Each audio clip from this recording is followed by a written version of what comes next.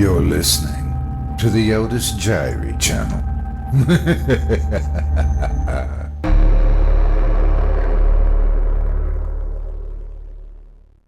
The Night Wire by H. F. Arnold. Narrated by Otis Jiry.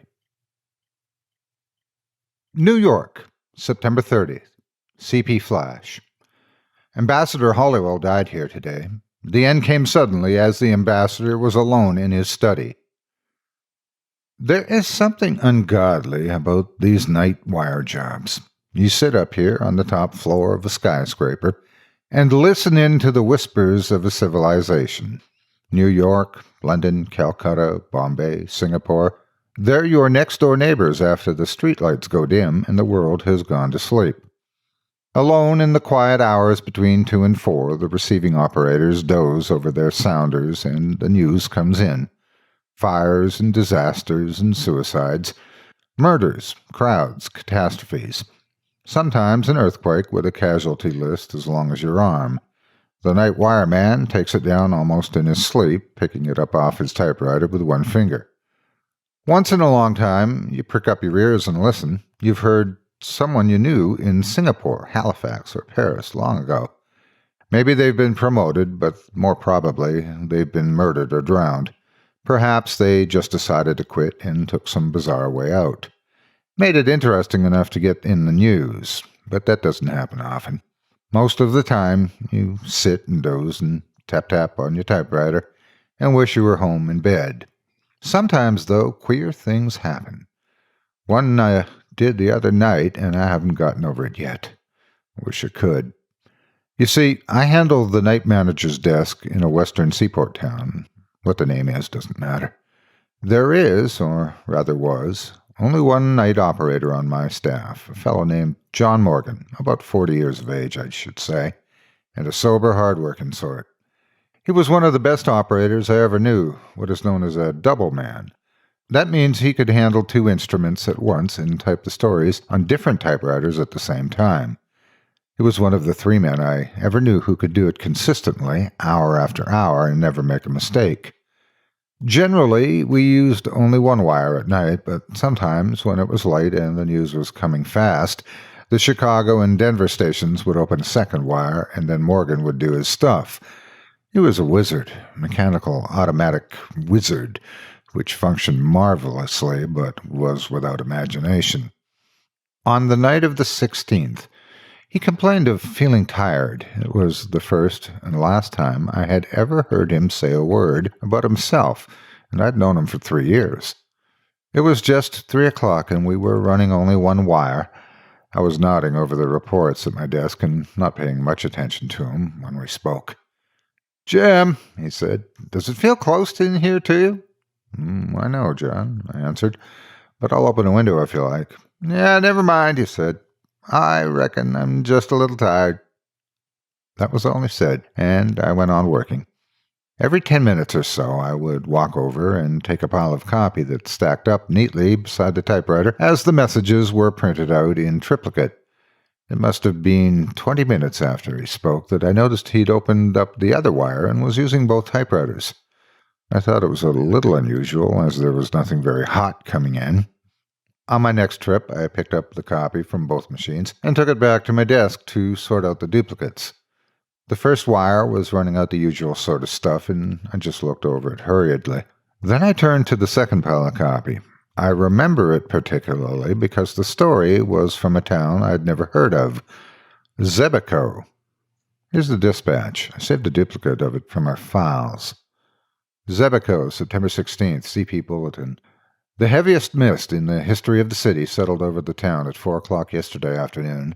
All traffic has stopped, and the mist hangs like a pall over everything.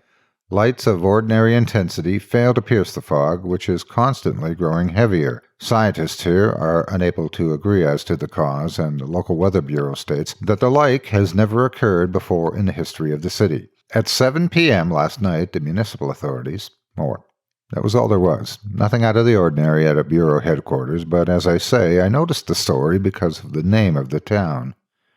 It must have been 15 minutes later that I went over for another batch of copy. Morgan was slumped down in his chair and had switched his green electric light shades so that the gleam missed his eyes and hit only the top of the two typewriters. Only the usual stuff was in the right-hand pile, but the left-hand batch carried another story from Zebico. All press dispatches come in takes, meaning that parts of many different stories are strung along together, perhaps with but a few paragraphs of each coming through at a time. The second story was marked Add Fog. Here's the copy. At 7 p.m., the fog had increased noticeably. All lights were now invisible, and the town was shrouded in pitch darkness. As a peculiarity of the phenomenon, the fog is accompanied by a sickly odor comparable to nothing yet experienced here. Below that, in customary press fashion, was the hour, 3:27, and the initials of the operator, JM. There was only one other story in the pile from the second wire. Here it is. Second ad, Zebico Fog.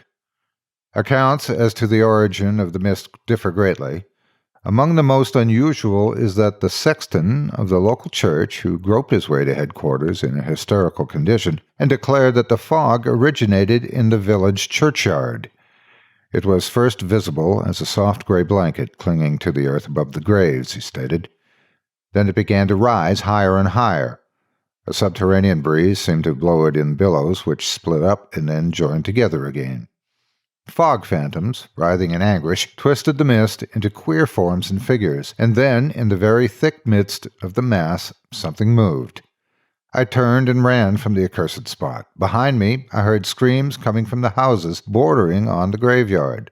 Although the sexton's story is generally discredited, a party has left to investigate. Immediately after telling his story, the sexton collapsed and is now in a local hospital, unconscious. Queer story, wasn't it? Not that we aren't used to it, for a lot of the unusual stories come in over the wire, but for some reason or another, perhaps because it was so quiet that night, the report of the fog made a great impression on me. It was almost with dread that I went over to the waiting piles of copy. Morgan did not move, and the only sound in the room was the tap-tap of the sounders. It was ominous, nerve-wracking. There was another story from Zebico in the pile of copy. I seized on it anxiously. New lead, Zebico, Fog, CP. The rescue party, which went out at 11 p.m. to investigate a weird story of the origin of a fog which, since late yesterday, has shrouded the city in darkness, has failed to return. Another and larger party has been dispatched. Meanwhile, the fog has, if possible, grown heavier. It seeps through the cracks in the doors and fills the atmosphere with a depressing odor of decay. It is oppressive, terrifying, bearing with it a subtle impression of things being dead. Residents of the city have left their homes and gathered in the local church, where the priests are holding services of prayer. The scene is beyond description. Grown folk and children are alike terrified, and many are almost beside themselves with fear. Amid the wisps of vapor which partly veil the church auditorium, an old priest is praying for the welfare of his flock. They alternately wail and cross themselves. From the outskirts of the city may be heard cries of unknown voices. They echo through the fog in queer, uncadenced minor keys. The sounds resemble nothing so much as wind whistling through a gigantic tunnel. But the night is calm, and there is no wind. The second rescue party... more... I'm a calm man, and never in a dozen years spent with the wires have I been known to become excited, but despite myself I rose from my chair and walked to the window. Could I be mistaken, or far down in the canyons of the city beneath me, did I see a faint trace of fog? Pshaw! It was all imagination. In the press room, the click of the sounders seemed to have raised the tempo of their tune. Morgan alone had not stirred from his chair, his head sunk between his shoulders. He tapped the dispatches out on the typewriters with one finger of each hand. He looked asleep, but no, endlessly efficient, the two machines rattled off, line after line, as relentlessly and effortlessly as death itself. There was something about the monotonous movement of the typewriter keys that fascinated me. I walked over and stood behind the chair, reading over his shoulder the type as it came into being, word by word. Ah, here was another. Flash, Zebico, CP. There will be no more bulletins from this office. The impossible has happened. No messages have come into this room for 20 minutes. We are cut off from the outside and even the streets below us. I will stay with the wire until the end. It is the end indeed. Since 4 p.m. yesterday, the fog has hung over the city. Following reports from the sexton of the local church, 2 rescue parties were sent out to investigate conditions on the outskirts of the city. Neither party has ever returned, nor was any word received from them. It is quite certain now that they will never return. From my instrument, I can gaze down on the city beneath me. From the position of this room on the 30th floor, nearly the entire city can be seen. Now, I can see only a thick blanket of blackness where customarily are lights and life. I fear greatly that the wailing cries heard constantly from the outskirts of the city are the death cries of the inhabitants. They are constantly increasing in volume and are approaching the center of the city. The fog yet hangs over everything. If possible, it is even heavier than before, but the conditions have changed. Instead of an opaque, impenetrable wall of odorous vapor, there are now swirls and writhes of shapeless mass and contortions of almost human agony. Now and again, the mass parts, and I catch a brief glimpse of the streets below. People are running to and fro, screaming in despair. A vast bedlam of sound flies up to my window, and above all is the immense whistling of unseen and unfelt winds. The fog has again swept over the city, and the whistling is coming closer and closer. It is now directly beneath me. God! An instant ago the mist opened, and I caught a glimpse of the street below. The fog is not simply vapor, it lives. By the side of each moaning and weeping human is a companion figure, an aura of strange and varied-colored hues. Now the shapes cling, each to a living thing. The women and men are down, flat on their faces. The fog figures caress them lovingly. They are kneeling beside them. They are, but I dare not tell it. The prone and writhing bodies have been stripped of their clothing. They are being consumed, piecemeal. A merciful wall of hot, steaming vapor has swept over the whole scene. I can see no more. Beneath me, the wall of vapor is changing colors. It seems to be lighted by internal fires. No, it isn't. I've made a mistake. The colors are from above, reflections from the sky. Look up, look up. The whole sky is in flames. Colors as yet unseen by man or demon. The flames are moving. They have started to intermix. The colors are rearranging themselves. They are so brilliant that my eyes burn. They are a long way off. Now they've begun to swirl, to circle in and out, twisting in intricate designs and patterns. The lights are racing, each with each, a kaleidoscope of unearthly brilliance. I've made a discovery. There is nothing harmful in the lights.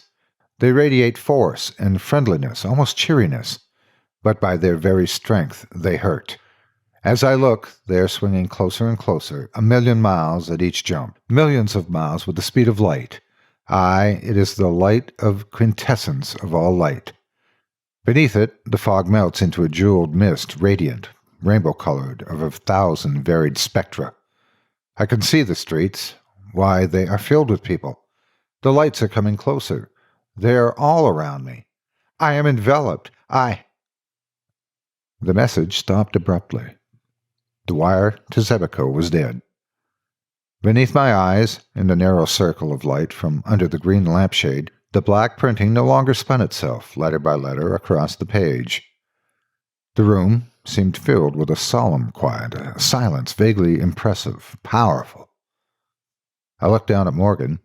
His hands had dropped nervously at his sides, while his body had hunched over peculiarly. I turned the lampshade back, throwing light squarely in his face. His eyes were staring, fixed. Filled with a sudden foreboding, I stepped beside him and called Chicago on the wire. After a second, the sounder clicked its answer.